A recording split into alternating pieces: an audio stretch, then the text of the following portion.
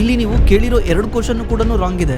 Stock market gambling ಅನ್ನೋದು wrong ಇದೆ, ಅದೇ ರೀತಿ stock market money making machine ಅಂತ ಕೇಳಿರೋದು ರಾಂಗ್ ಇದೆ. ಈ ಸ್ಟಾಕ್ ಮಾರ್ಕೆಟ್ ಎರಡೂ ಕೂಡ ಅಲ್ಲ. ಈ ನೀವು ಕೇಳಬಹುದು ಸ್ಟಾಕ್ ಮಾರ್ಕೆಟ್ನಾಗ ಬ್ಯಾನ್ ಮಾಡಿಲ್ಲ ಅಂತ. ಸ್ಟಾಕ್ ಮಾರ್ಕೆಟ್ ಗ್ಯಾಮ್ಲಿಂಗ್ ಅಲ್ಲ. ಸ್ಟಾಕ್ ಮಾರ್ಕೆಟ್ ಬಗ್ಗೆ ನೀವು ಸರಿಯಾಗಿ ಅರ್ಥನೇ ಮಾಡ್ಕೊಂಡಿಲ್ಲ. ಸ್ಟಾಕ್ ಮಾರ್ಕೆಟ್ ಅಲ್ಲಿ ಜನಗಳು ದುಡ್ಡು ಕಳ್ಕೊಳ್ಳೋದು ಬೇರೆ ಬೇರೆ ರೀತಿಯಿಂದ, ಅದನ್ನ ಬೇಕಾದ್ರೆ ಯಾವತ್ತಾದ್ರು ಎಕ್ಸ್ಪ್ಲೇನ್ ಮಾಡೋಣ. ಬೇಸಿಕ್ ಅರ್ಥ ಮಾಡ್ಕೊಂಡ್ಬಿಟ್ರೆ ನಿಮಗೆ ಈ ಗ್ಯಾಮ್ಲಿಂಗ್ ಅಲ್ವಾ ಅನ್ನೋದು ಗೊತ್ತಾಗ್ಬಿಡುತ್ತೆ. ಯಾಕಂದ್ರೆ ನೀವು ಇನ್ವೆಸ್ಟ್ ಮಾಡ್ತಿದ್ದೀರಾ, ಬಿಸ್ನೆಸ್ ಅನ್ನೋದು ವ್ಯಾಲ್ಯೂ ಅಡಿಷನ್, ಇಲ್ಲೂ ಕೂಡ ಗ್ಯಾಮ್ಲಿಂಗ್, ಬಿಸ್ನೆಸ್ ಕೂಡ ಗ್ಯಾಮ್ಲಿಂಗ್ ಅಲ್ಲ.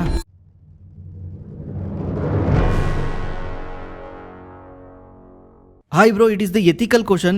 Is it share market is the gambling or is it one of the money earning technical system?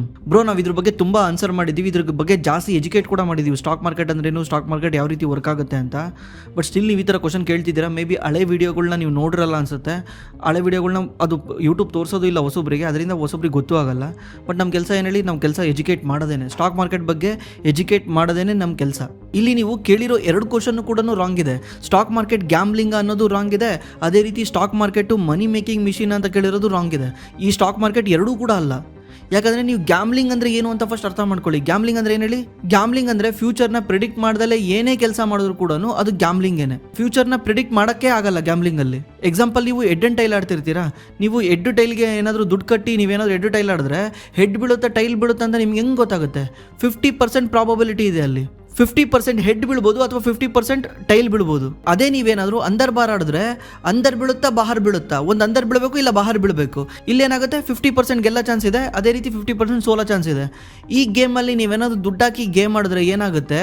ನೀವು ಏನಾದರೂ 10 ಆಟ ಆಡಿದ್ದೀರಾ ಅನ್ಕೊಳ್ಳಿ. 10 ಆಟದಲ್ಲಿ ನೀವು ಜಸ್ಟ್ ಫಸ್ಟ್ನೇ 2-3 ಆಟ ಸೋತ್ಬಿಟ್ರೆ ಮುಗದೆ ಹೋಯ್ತು, ನಿಮ್ಮ ದುಡ್ಡೇ ಖಾಲಿಯಾಗಿ ಹೋಗ್ಬಿಡುತ್ತೆ. ಇದರಿಂದ ನೀವು ಫ್ಯೂಚರ್ನ ಪ್ರಿಡಿಕ್ಟ್ ಮಾಡೋಕ್ಕಾಗಲ್ಲ, ಇಲ್ಲಿ ಪ್ರಾಬಬಿಲಿಟಿನ ಪ್ರಿಡಿಕ್ಟ್ ಮಾಡೋಕ್ಕಾಗಲ್ಲ. ಇದನ್ನೇ ಗ್ಯಾಮ್ಲಿಂಗ್ ಅಂತ ಕರೀತಾರೆ. ಎಲ್ಲೆಲ್ಲಿ ನಿಮ್ಮ ಕೈಲಿ ಫ್ಯೂಚರ್ನ ಪ್ರಿಡಿಕ್ಟ್ ಮಾಡೋಕ್ಕಾಗಲ್ಲ, ಆದರೂ ಕೂಡ ನೀವು ಆ ಕೆಲಸ ಮಾಡ್ತಿದ್ದೀರಾ, ಅದು ಗ್ಯಾಮ್ಲಿಂಗ್. ಇದಕ್ಕೇನೆ ಗೌರ್ಮೆಂಟು ಈ ಗ್ಯಾಮ್ಲಿಂಗ್ನ ಬ್ಯಾನ್ ಮಾಡಿರೋದು. ಎಕ್ಸಾಂಪಲ್, ನೀವು ರಮ್ಮಿ ಸರ್ಕಲ್ ಆಡಿದ್ರು ಗ್ಯಾಮ್ಲಿಂಗ್ಗೆ, ಅದೇ ರೀತಿ ಇಸ್ಪೀಟು ಅಥವಾ ಅಂದರ್ ಬಾರ್ ಆಡಿದ್ರು ಗ್ಯಾಮ್ಲಿಂಗ್ಗೆ, ನೀವು ಕೆಸಿನೋ ಆಡಿದ್ರು ಗ್ಯಾಮ್ಲಿಂಗ್ಗೆ. ಯಾವುದು ಪ್ರಾಬಬಿಲಿಟಿ ಕಮ್ಮಿ ಇದೆ, ವಿನ್ನಿಂಗ್ ಪ್ರಾಬಬಿಲಿಟಿ ಕಮ್ಮಿ ಇದೆ, ಕ್ರಿಕೆಟಲ್ಲಿ ಬೆಟ್ಟಿಂಗ್ ಆಡ್ತಾರಲ್ಲ, RCB ಗೆಲ್ಬೋದಾ ಅಥವಾ ಚೆನ್ನೈ ಗೆಲ್ಬೋದಾ? ಅದು ಗ್ಯಾಮ್ಲಿಂಗ್. ಯಾಕಂದರೆ RCB ಗೆಲ್ಲೋದು ನನ್ನ ಕೈಲಿಲ್ಲ, ಚೆನ್ನೈ ಗೆಲ್ಲೋದು ನನ್ನ ಕೈಲಿಲ್ಲ, 50-50 ಇದೆ. ಇದರಿಂದ ಅದು ಗ್ಯಾಮ್ಲಿಂಗ್ಗೆ. ಅದಕ್ಕೆ ಇಂಥ ಕೆಲಸನೆಲ್ಲನೂ ಗೌರ್ಮೆಂಟು ಬ್ಯಾನ್ ಮಾಡಿದೆ. ಈ ನೀವು ಕೇಳ್ಬೋದು ಸ್ಟಾಕ್ ಮಾರ್ಕೆಟ್ನಾಗ ಬ್ಯಾನ್ ಮಾಡಿಲ್ಲ ಅಂತ. ಸ್ಟಾಕ್ ಮಾರ್ಕೆಟ್ ಗ್ಯಾಮ್ಲಿಂಗ್ ಅಲ್ಲ. ಸ್ಟಾಕ್ ಮಾರ್ಕೆಟ್ ಬಗ್ಗೆ ನೀವು ಸರಿಯಾಗಿ ಅರ್ಥನೇ ಮಾಡ್ಕೊಂಡಿಲ್ಲ. ಈಗ ಸ್ಟಾಕ್ ಮಾರ್ಕೆಟ್ ಹೇಗೆ ವರ್ಕ್ ಆಗುತ್ತೆ, ಸ್ಟಾಕ್ ಮಾರ್ಕೆಟ್ ಹೇಗೆ ವರ್ಕ್ ಆಗುತ್ತೆ ಅಂತ ಅರ್ಥ ಮಾಡ್ಕೊಳಕ್ಕೂ ಮುಂಚೆ ನೀವು ಇದನ್ನು ಅರ್ಥ ಮಾಡ್ಕೊಳ್ಳಿ, ಸ್ಟಾಕ್ ಮಾರ್ಕೆಟ್ ಅಂದರೆ ಏನು ಅಂತ. ಈಗ ಎಕ್ಸಾಂಪಲು, ನಿಮ್ಮ ಮನೆ ಹತ್ರ ಒಂದು ಹುಡುಗ ಇದ್ದಾನೆ. ಆ ಹುಡುಗಂಗೆ ಮುಂಚಿಂದನೂ ಬಿರಿಯಾನಿ ಮಾಡೋದ್ರಲ್ಲಿ ಭಯಂಕರ ಇಂಟ್ರೆಸ್ಟ್ ಇದೆ, ಸಖತ್ತು ಇಂಟ್ರೆಸ್ಟ್ ಇದೆ. ಅವ್ನು ಬಿರಿಯಾನಿ ಮಾಡೋದ್ರಲ್ಲಿ ಎಕ್ಸ್ಪರ್ಟ್ ಇದ್ದಾನೆ. ಅವನೇನಾದರೂ ಬಿರಿಯಾನಿ ಮಾಡಿಬಿಟ್ರೆ ನಿಮ್ಮ ಏರಿಯಾದಲ್ಲಿ ಇರೋರೆಲ್ಲನೂ ಅವ್ನ ಬಗ್ಗೆ ಮಾತಾಡ್ತಾರೆ. ಏನು ಚೆನ್ನಾಗಿ ಮಾಡ್ತಾನೆ, ನಮಗೂ ಹೇಳ್ಕೊಡು ಅಂತ ತುಂಬ ಜನ ಕೇಳ್ತಾರೆ. ಅಷ್ಟು ಸಖತ್ತಾಗಿ ಮಾಡ್ತಾನೆ. ಅವನಿಗೆ ಈ ಹಾಬಿನ ಬಿಸ್ನೆಸ್ ಆಗಿ ಕನ್ವರ್ಟ್ ಮಾಡೋಕ್ಕೆ ಇಷ್ಟ ಇದೆ. ಬಟ್ ಅವನಿಗೆ ಪ್ರಾಬ್ಲಮ್ ಏನಂದರೆ ಅವನ ಹತ್ರ ದುಡ್ಡಿಲ್ಲ. ಅವನ ಹತ್ರ ಟ್ಯಾಲೆಂಟ್ ಇದೆ, ಮತ್ತು ಅವನು ಹಾರ್ಡ್ ವರ್ಕ್ ಮಾಡ್ತಾನೆ, ಮತ್ತು ಅವನ ಹತ್ರ ರಿಸ್ಕ್ ತಗೊಳ್ಳೋ ಎಬಿಲಿಟಿ ಇದೆ, ಅವನು ಎಂಗೇಜಲ್ಲಿದ್ದಾನೆ. ಬಟ್ ಅವನಿಗೆ ಪ್ರಾಬ್ಲಮ್ ಏನಂದರೆ ಅವನ ಕೈಲಿ ದುಡ್ಡಿಲ್ಲ. ಇವಾಗ ಇನ್ನೊಬ್ಬ ಯಾರೋ ವ್ಯಕ್ತಿ ಇದ್ದಾನೆ, ಇವನ ಕೈಯಲ್ಲಿ ಸಖತ್ತು ದುಡ್ಡಿದೆ, ಒಂದು 10 ಲಕ್ಷ ರೂಪಾಯಿ ದುಡ್ಡಿದೆ. ಬಟ್ ಇವನು ಆ ದುಡ್ಡನ್ನ ಯಾವ ರೀತಿ ಗ್ರೋ ಮಾಡಬೇಕಂತ ಗೊತ್ತಿಲ್ಲ. ಬಿಕಾಸ್ ಇವನಿಗೆ ಬಿಸ್ನೆಸ್ ಮಾಡೋದು ಗೊತ್ತಿಲ್ಲ, ಬಿಸ್ನೆಸ್ ರನ್ ಮಾಡೋದು ಗೊತ್ತಿಲ್ಲ, ಮತ್ತು ಬಿಸ್ನೆಸ್ ಐಡಿಯಾನೂ ಇಲ್ಲ ಇವನ ಹತ್ರ. ಇವನದ್ರಲ್ಲಿ ಎಕ್ಸ್ಪರ್ಟ್ ಅಲ್ಲ, ಬಟ್ ಇವನ ಹತ್ರ ದುಡ್ಡಿದೆ. ಮೊದಲನೇ ಒಂದು ಪ್ರಾಬ್ಲಮ್ ಏನು ಹೇಳಿ? ಸ್ಕಿಲ್ ಇದೆ, ಟ್ಯಾಲೆಂಟ್ ಇದೆ, ಎಲ್ಲ ಇದೆ, ದುಡ್ಡಿಲ್ಲ. ಈಗ ಇವನ್ದೇನು ಪ್ರಾಬ್ಲಮ್ ಏನು ಹೇಳಿ?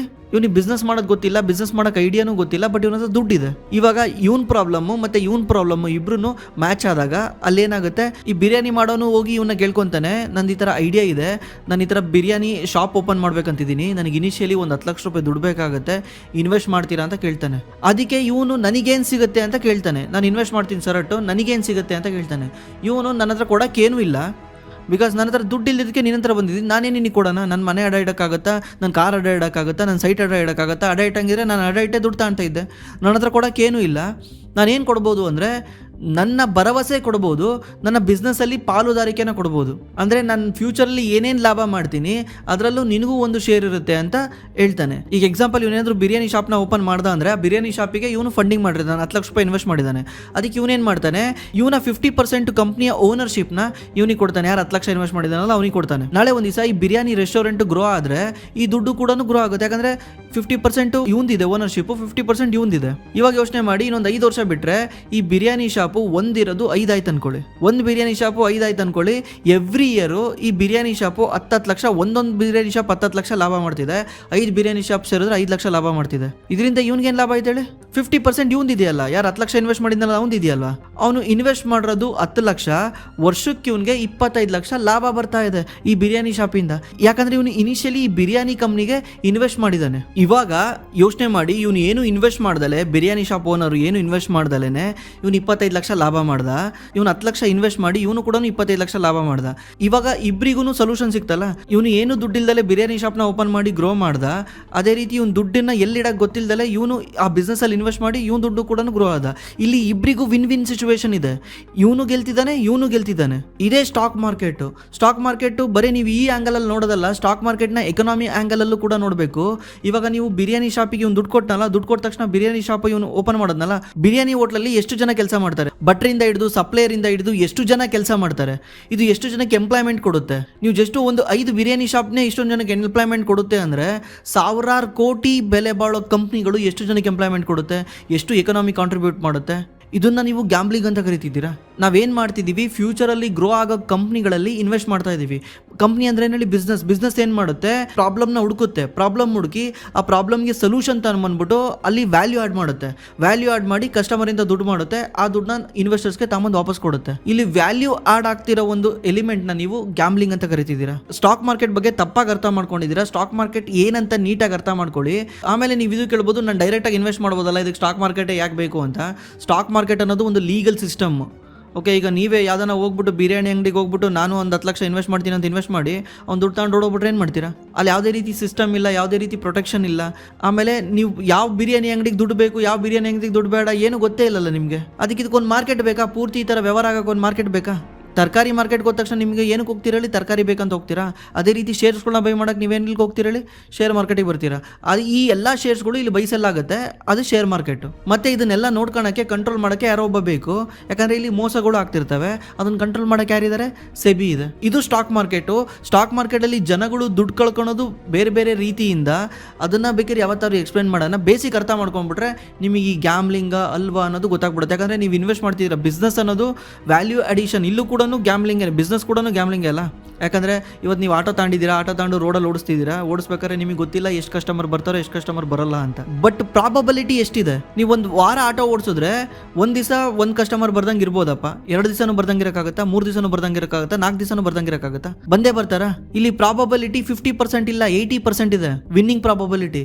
ಅದೇ ರೀತಿ ನೀವು ಯಾವುದೋ ಒಂದು ಅಂಗಡಿನ ಓಪನ್ ಮಾಡಿದ್ರಿ, ಅಂಗಡಿನ ಓಪನ್ ಮಾಡಿದಾಗ ನಿಮಗೂ ಗೊತ್ತಿದೆ 6 ತಿಂಗಳು ಬಿಟ್ಟು ಲಾಭ ಆಗುತ್ತೋ, ವರ್ಷ ಬಿಟ್ಟು ಲಾಭ ಆಗುತ್ತೋ ಗೊತ್ತಿಲ್ಲ, ಒಟ್ನಾಗ ಲಾಭ ಆಗೇ ಆಗುತ್ತೆ, ಜನ ಬಂದೇ ಬರ್ತಾರೆ, ನಾವು ದುಡ್ಡು ಮಾಡೇ ಮಾಡ್ತೀವಿ ಅಂತ ಗೊತ್ತಿದೆ. ಇಲ್ಲಿ ಪ್ರಾಬಬಿಲಿಟಿ ಎಷ್ಟಾಯಿತು? 50%ಗಿನ್ನ ಮೇಲಿದೆ. ನೀವು ಇದನ್ನ ಹೆಂಗೆ ಗ್ಯಾಮ್ಲಿಂಗ್ ಅಂತ ಕರಿತೀರಾ? ಗ್ಯಾಮ್ಲಿಂಗ್ ಅಂದರೆ ನಾರ್ಮಲಿ ಜನಗಳು ಮಾಡ್ತಾರೆ ನೋಡಿ ಗ್ಯಾಮ್ಲಿಂಗ್, ಏನು ಗೊತ್ತಿಲ್ಲದಲ್ಲೇ ಎಲ್ಲ ಮಾಡಕ್ಕೆ ಹೋಗೋದು. ಈಗ ಜನಗಳು ಇಲ್ಲೂ ಸ್ಟಾಕ್ ಮಾರ್ಕೆಟಲ್ಲಿ ಏನು ಗೊತ್ತಿಲ್ಲದಲ್ಲೇ ಏನು ತಿಳ್ಕೊಂಡಾಗೆಲ್ಲ ಮಾಡಕ್ಕೆ ಹೋಗ್ತಾರಲ್ಲ, ಅದೇ ಗ್ಯಾಮ್ಲಿಂಗ್. ಯಾವುದೇ ರೀತಿ ಐಡಿಯಾ ಇಲ್ದಲೆ ಅವ್ರ ಮಾತು ಕೇಳ್ಕೊಂಡೆಲ್ಲ ಮಾಡ್ತಾರಲ್ಲ, ಅದು ಗ್ಯಾಮ್ಲಿಂಗ್. ಯಾಕಂದರೆ ಔಟ್ಕಮ್ ಏನು ಬರುತ್ತೆ ಅಂತ ಗೊತ್ತಿಲ್ಲದಲ್ಲೇ ಏನೇ ಮಾಡಿದ್ರು ಅದು ಗ್ಯಾಮ್ಲಿಂಗ್. ಅದಕ್ಕೆ ಕಲ್ತ್ಕೊಂಡು ಮಾಡಿ, ತಿಳ್ಕೊಂಡು ಮಾಡಿ ಅಂತಲೇ ನಾವು ವಿಡಿಯೋ ಮಾಡೋದು. ಅದಕ್ಕೋಸ್ಕರನೇ ನಾವು ಈ ಚಾನಲ್ನ ಮಾಡಿರೋದು. ಇದು ಎಜುಕೇಷನ್ ಸ್ಪ್ರೆಡ್ ಮಾಡೋಕ್ಕೋಸ್ಕರನೇ ಈ ಚಾನಲ್ ಮಾಡಿರೋದು. ನಾವಿಲ್ಲಿ ಯಾವುದೇ ರೀತಿ ಕೋರ್ಸ್ ಸೆಲ್ ಮಾಡಲ್ಲ, ನಾವಿಲ್ಲಿ ಯಾವುದೇ ರೀತಿ ಕ್ಲಾಸಸ್ ಮಾಡಲ್ಲ, ನಾವು ಯಾವುದೇ ರೀತಿ ಸ್ಟಾಕ್ ಮಾರ್ಕೆಟ್ ಬಗ್ಗೆ ಇದು ಮಾಡಲ್ಲ. ಎಲ್ಲನೂ ಫ್ರೀಯಾಗಿ ಯೂಟ್ಯೂಬಲ್ಲಿ ಬಂದು ಹೇಳ್ತೀವಿ. ಮತ್ತು ಹಂಗೂ ಕೂಡ ನಿಮಗೆ ಇನ್ವೆಸ್ಟ್ ಮಾಡೋಕ್ಕೆ ಏನಾದರೂ ಹೆಲ್ಪ್ ಬೇಕಿದ್ರೆ ನಾವು ಕಂಪ್ಲೀಟ್ಲಿ ಹೆಲ್ಪ್ ಮಾಡ್ತೀವಿ. ನಾವು ಅದಕ್ಕೆ ಯಾವುದೇ ರೀತಿ ದುಡ್ಡನ್ನ ಚಾರ್ಜ್ ಮಾಡಲ್ಲ. ನಿಮ್ಗೆ ಏನಾದರೂ ಇನ್ವೆಸ್ಟ್ಮೆಂಟಿಗೆ ಹೆಲ್ಪ್ ಬೇಕಿದ್ರೆ ನಮ್ಮ ಡಿಸ್ಕ್ರಿಪ್ಷನಲ್ಲಿ ಗೂಗಲ್ ಫಾರ್ಮ್ ಇದೆ. ಆ ಗೂಗಲ್ ಫಾರ್ಮಲ್ಲಿ ನಿಮ್ಮ ಡೀಟೇಲ್ನ ಎಂಟ್ರಿ ಮಾಡಿದ್ರೆ ನಮ್ಮ ಟೀಮ್ ನಿಮಗೆ ಕಾಲ್ ಮಾಡಿ ಹೆಲ್ಪ್ ಮಾಡ್ತಾರೆ.